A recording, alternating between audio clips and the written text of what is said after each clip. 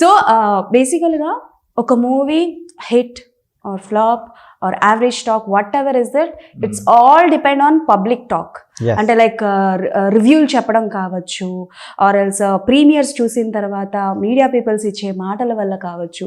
So public talks కానీ reviews మీద మీ opinions ఏంటి? మీ సినిమాకి వాళ్ళు ఎంతవరకు ప్లస్ అవుతారు అనుకుంటారు? సో మీరు చెప్పండి. ఒకటే మేడం, మనం చేయాల్సింది మనం చేసేసి రిలీజ్ చేయాలంతే. ఆ ఒపీనియన్ కానీ హిట్ కానీ ఫ్లాప్ కానీ వాళ్ళకి నచ్చితే చూస్తారు, నచ్చకపోతే చూడరు, అంతే. That's it. మనం ఏం చేసినా సరే బాగోలేని సినిమాని ఎవడో చూడ్డు, ఓకే, బాగున్న సినిమాని ఎవడో ఆపలేడు. Nice. So what about you, మీరేమంటారు? అంటే public review, public talk is the final judgement. జనాలకి ఆడియన్స్ చెప్పేస్తారు, ఇర్రెస్పెక్టివ్ ఆఫ్ మనకి ఏ రివ్యూస్ వచ్చాయి వెబ్సైట్స్లో అన్నీ కాకుండా. I think audience talk, mouth talk is the final judgement నేను నమ్ముతా.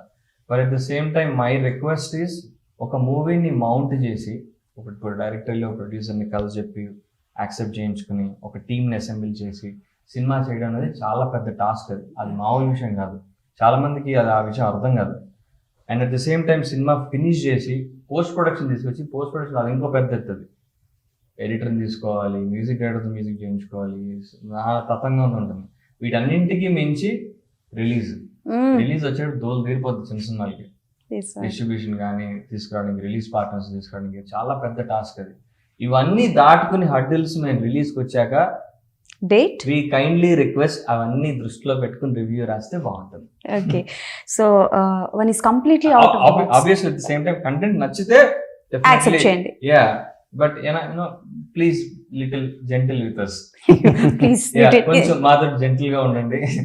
అమ్మాయిలందరూ మీ support. Give us some freshers discount. Okay.